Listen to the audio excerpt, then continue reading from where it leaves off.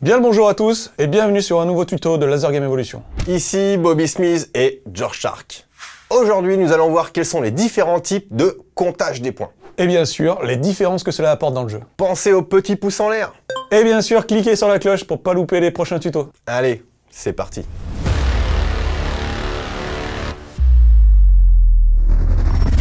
Au Laser Game Evolution, il existe plusieurs façons de compter les points d'une partie. La très grande majorité des joueurs connaissent le mode Raptor. Tu gagnes 100 points quand tu désactives un joueur. Tu perds 50 points si un adversaire te tire dessus. Et si tu shootes un coéquipier, alors vous perdez tous les deux 50 points. C'est bon? Ça te va? C'est vrai, c'est bon, tu gères. Donc en mode Raptor, pour marquer un maximum de points, il faut réussir un maximum de touches. Non mais t'es sérieux là? C'est le but du laser game, quel que soit le mode de comptage de points utilisé.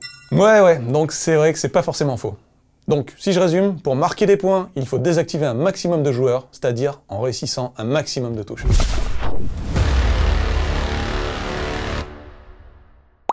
T'es peut-être bon vocabulaire, mais pour les stratégies de jeu, t'as encore 2-3 trucs à voir. Donc le mode Raptor, c'est un peu le mode arcade bourrin.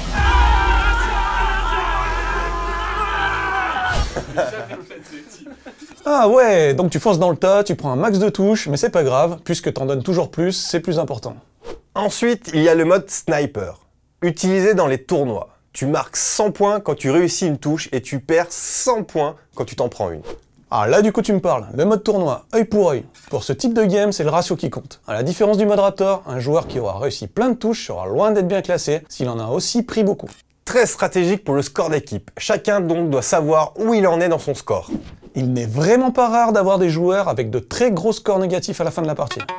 Ce sont souvent les débutants qui affrontent les joueurs chevronnés.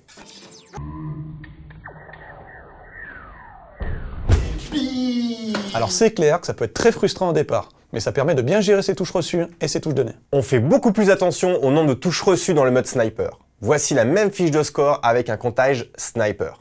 D'ailleurs, en parlant d'écart de niveau, il y a le mode Raptor anti-acharné, qui permet de réduire beaucoup plus les différences entre les joueurs. Bien sûr, dans le mode Raptor anti-acharnement, dès qu'un duel dépasse les 10 touches d'écart, l'innocente victime ne perd plus de points, et le méchant Roxor ne marque plus que la moitié de ses points. Ça évite de permettre à tonton Michel de finir premier en suivant le petit Jules qui découvre le laser pour la première fois. Ouais, par exemple. Et sans transition, quatrième mode de comptage des points, le mode Impact. Parfois configuré en comptage par défaut dans certains centres laser game, le mode Impact se veut vachement plus réaliste. Et ouais, logique, plus la cible visée est difficile à avoir, plus elle rapporte de points. Donc une touche réussie sur la cible avant ou arrière rapporte 100 points. Les épaules rapportent 200 points et le pistolet rapporte 300 points. En mode Impact, il vaut donc mieux prendre un peu plus de temps pour viser, si ça permet de marquer un peu plus de points. Oui, surtout qu'une touche reçue fait toujours perdre 50 points, quelle que soit la cible désactivée. Et même chose pour une touche sur un coéquipier. Les deux joueurs perdent 50 points, quelle que soit la cible. Et le dernier mode de comptage de points est bien sûr le mode Middle.